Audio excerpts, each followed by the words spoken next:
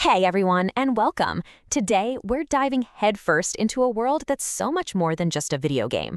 We're going to explore how virtual reality is quietly becoming this essential training ground for jobs where, the stakes are literally life and death. So let's be honest, when someone says VR, your brain probably pictures some amazing, immersive game, right? But what if I told you its biggest, most important impact is happening way outside the world of entertainment? What if this tech could sharpen a surgeon's skills, prep a city for a catastrophe, or even help someone finally beat their deepest fears? And that brings us to this really key idea, high-stakes practice. Just picture it. A place where people can drill the most critical, nerve-wracking skills over and over and over again, all in a totally controlled, 100% safe, and endlessly repeatable setting. That is the promise of VR. It's turning training from a risky guessing game into a precise science. So here's our roadmap. We're going to look at 3 incredible examples: surgeons in a virtual OR, emergency crews rehearsing for total chaos, and therapists using a headset to help people face their anxieties. Then we'll try it all together and ask the big question: what does this all mean for the future of getting good at your job? All right, first up, the virtual operating room. For hundreds of years, the way surgeons learned was pretty simple and honestly kind of scary. See one, do one, teach one. But today, with patient safety being paramount and procedures getting way more complex, that old model just isn't cutting it. And that's exactly where VR is stepping in, with a totally different approach. Think about it. Traditionally, a surgeon's training happened under supervision, sure, but on real, live patients. That raises some massive ethical questions, right? Nobody wants to be a surgeon's first time. VR completely flips that on its head. It creates a space where a young doctor can perform a procedure dozens of times, make all the mistakes, and learn from every single one of them, all without putting a single person at risk. Now, what's so fascinating here is the trend in research. If you look at the studies on VR in surgery, you see this huge spike of interest back in the mid-2000s, but then it started to drop off. Now, this doesn't mean VR failed, not at all. It actually shows the field was maturing. The early research proved it worked, and that decline probably points to things like the high cost of the early simulators and a shift in academic focus to newer stuff like augmented reality. So, what are these surgeons actually doing in the simulators? Well, this chart tells us it's all about the fundamentals. The most common training is for basic laparoscopic tasks, that super fine-tuned hand-eye coordination you need for minimally invasive surgery. After that, you've got specific procedures like gallbladder removals, and more, the skills for controlling surgical robots. It's all about building that critical muscle memory. And this is how they know if it's working. Success in a virtual OR isn't just about finishing. These simulators are tracking really specific metrics. First, speed. How fast can they do it? Second, and this one is so important, movement economy. Are their hands moving with purpose, or are they all over the place? And third, of course, errors. How many mistakes did they make? By tracking all this, you can literally watch the data show a surgeon moving from novice to expert. Okay, now let's zoom out, way out.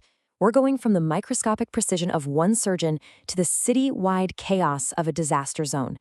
In this world, VR isn't just training a person, it's training an entire system to react when everything falls apart. It's a test of communication, coordination, and split-second decisions. The biggest problem with preparing for a massive emergency is you can't just create one for practice. Real-life drills cost a fortune. They cause huge disruptions, like shutting down entire city blocks. And it's basically impossible to run the exact same scenario twice to see if you actually got better. That's a huge problem for anyone who needs to be ready for the worst. And this is where VR is a total game changer. The upsides are huge. You can cook up these incredibly realistic scenarios, with virtual people, the sounds of a crisis, all the visual cues, for a tiny fraction of what a live drill costs. You can run the same hurricane simulation for teams in Miami and Houston to make sure their training is consistent. And just like with the surgeons, every single action is recorded, giving you this treasure trove of data to figure out exactly what worked and what didn't. But look, it's not a silver bullet. Not yet, anyway. There are definitely hurdles. You get skepticism from leaders who might just see it as a video game. Building a realistic virtual city from scratch can have a big upfront cost. And, it's missing that hands-on feel. You can't simulate the weight of a tool or the raw physical reality of being there. Plus, people have to be trained on how to use the system in the first place. Okay, so we've gone from saving physical lives to healing the mind. This last example takes us to the most personal application yet, mental health. VR is giving therapists a brand new, powerful way to use a proven technique, exposure therapy, by creating a world that's both totally convincing and completely safe. So exposure therapy is a bedrock of mental health care. The idea is simple. To get over a fear, you have to face it. But how do you safely have a combat veteran confront the source of their PTSD, or treat a paralyzing fear of flying? Recreating a war zone is impossible, and just sticking someone on a plane can be impractical and even harmful.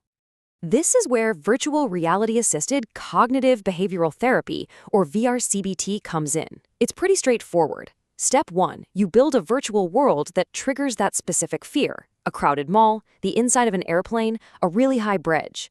Step 2, the therapist is in complete control, like they have a dial to turn the intensity up or down. Step 3, the patient is gently guided through it, learning how to cope in a world that feels real, but that they know can't hurt them. And the research is clear. It really works. A huge analysis of multiple studies came back with a key finding. First off, compared to just doing nothing, VR-CBT has a major positive impact, helping to reduce both anxiety and depression. So right off the bat, we know this is a genuinely effective treatment. But here's the part that really got my attention. How does it do against the current gold standard traditional therapy? Well, the analysis found that VR-CBT gets similar results. It's not necessarily better, but it's just as good, while also being safer, more controlled, and often more accessible. That makes it an incredibly powerful and viable alternative. Okay, so we've been in the OR, at a disaster scene, and inside a therapy session. Let's pull the camera back now and look at the big picture. When we put these all side by side, what are the common threads? What are the universal pros and cons of using VR for this kind of high-stakes practice? This table really spells it out. Look at the pattern here. For every single field, the main advantage is all about safe, repeatable, controlled practice. For surgery, it's risk-free repetition. For disaster response, it's realism without the crazy cost. For therapy, it's safe exposure. But the challenges, they kind of rhyme too. The need for better realism and physical feedback for surgeons is the same as the lack of hands-on feel for first responders. And the cost of development and getting people to buy in, that's a hurdle for everyone. So where is all this headed? We've seen this consistent theme. VR gives us a powerful new way to practice that completely removes real-world danger. As the tech itself gets cheaper, more realistic, and easier to get your hands on, what does that mean for the future of professional training? Ultimately, what we are watching happen is a massive shift in how we learn to do hard things. Virtual reality is taking professional practice from this old, high-risk apprenticeship model and turning it into a safe, data-driven, repeatable science.